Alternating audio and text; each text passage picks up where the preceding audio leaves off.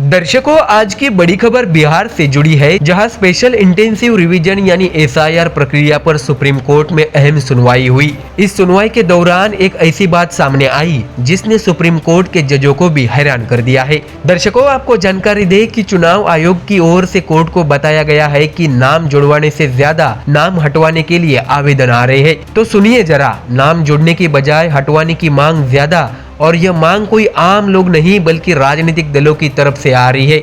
अब जरा सोचिए कि जब लोकतंत्र में मतदाता ही असली ताकत है, तो आखिर क्यों राजनीतिक दल वोटर लिस्ट से नाम हटवाने में ज्यादा दिलचस्पी ले रहे हैं? यही सवाल सुप्रीम कोर्ट ने भी उठाया। तो ऐसे में दर्शकों, आइए बताते हैं आपको पूरी कहानी। सोमवार 1 सितंबर को सुप्रीम कोर्ट में इस मामले की सुनवाई हुई। याचिकाकर्ताओं की ओर से वरिष्ठ वकील प्रशांत भूषण पेश हुए। उन्होंने कोर्ट से मांग की कि वोटर लिस्ट की ड्राफ्ट कॉपी में जिन लोगों का नाम छूट गया है, उन्हें आपत्ति दर्ज करवाने के लिए थोड़ा और समय दिया जाए, और अगर कोई सिर्फ आधार कार्ड दिखाकर नाम जुड़वाना चाहता है तो उसका दावा खारिज न किया जाए। लेकिन चुनाव आयोग की ओर से वरिष्ठ वकील राकेश द्विवेदी खड़े हुए। उन्होंने साफ कहा है कि समय सीमा बढ़ाने से चुनावी प्रक्रिया में देरी होगी। ऐसे में दर्शकों, इसके बाद जो उन्होंने कहा उसने कोर्ट का ध्यान खींच लिया। राकेश द्विवेदी ने कहा है कि राजनीतिक दल नाम जुड़वाने से ज्यादा हटवाने के लिए आवेदन दे रहे हैं, और यह साबित करता है कि हमारी प्रक्रिया बिल्कुल सही है। उन्होंने उदाहरण दिया कि कई मामलों में मृत्यु के बाद नाम हटाने का आवेदन है। कई जगह मतदाता खुद आकर कहते हैं कि उनका नाम किसी और इलाके में वोटर लिस्ट में पहले से है, इसलिए यहाँ से हटा दिया जाए। लेकिन सुप्रीम कोर्ट को सबसे ज्यादा हैरानी इस बात पर हुई कि राजनीतिक दल खुद नाम हटाने के आवेदन क्यों कर रहे हैं। दर्शकों, बता दें कि सुनवाई के दौरान और भी कई दिलचस्प बहसें हुई। राकेश द्विवेदी ने कोर्ट को यह भी भरोसा दिलाया कि 1 सितंबर के बाद अगर कोई आपत्ति या दावा करना चाहता है तो उस पर रोक नहीं है। हाँ, उन दावों पर विचार एसआईआर की फाइनल लिस्ट प्रकाशित होने के बाद होगा। और याद रखिए, बिहार चुनाव में नामांकन दाखिल होने के दिन तक भी वोटर लिस्ट में नाम जुड़ सकते हैं। यानी अगर किसी का नाम अभी छूट गया है तो वह मतदाता से वंचित नहीं होगा। हालांकि इस पर जस्टिस सूर्यकांत ने कहा है कि इसमें कोई दिक्कत नहीं है, लोग आपत्ति दर्ज करते रह सकते हैं। ऐसे में दर्शकों, अब जरा आंकड़े सुन लीजिए जो और भी चौंकाने वाले हैं।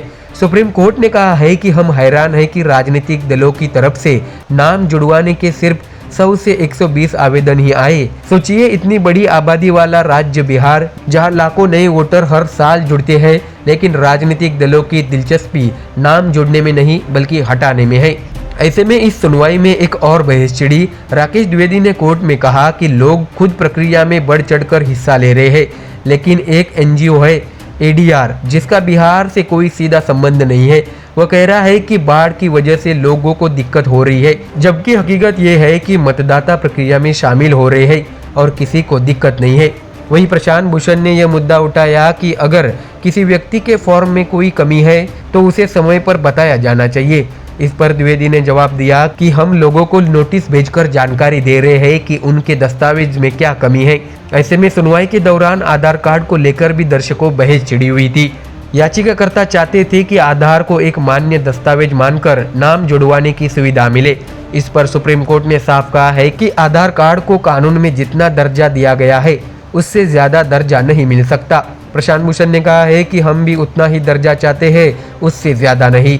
तो दर्शकों, कुल मिलाकर सुप्रीम कोर्ट की इस सुनवाई में कई अहम बातें सामने आई।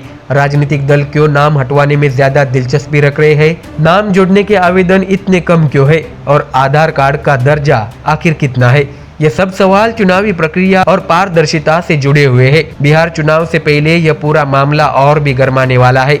फिलहाल सुप्रीम कोर्ट ने साफ कर दिया है कि मतदाता अपने दावे और आपत्तियां दर्ज करते रह सकते हैं और किसी को भी वोट डालने से वंचित नहीं किया जाएगा। तो दर्शकों, ये थी बिहार की वोटर लिस्ट से जुड़ी सबसे बड़ी अपडेट।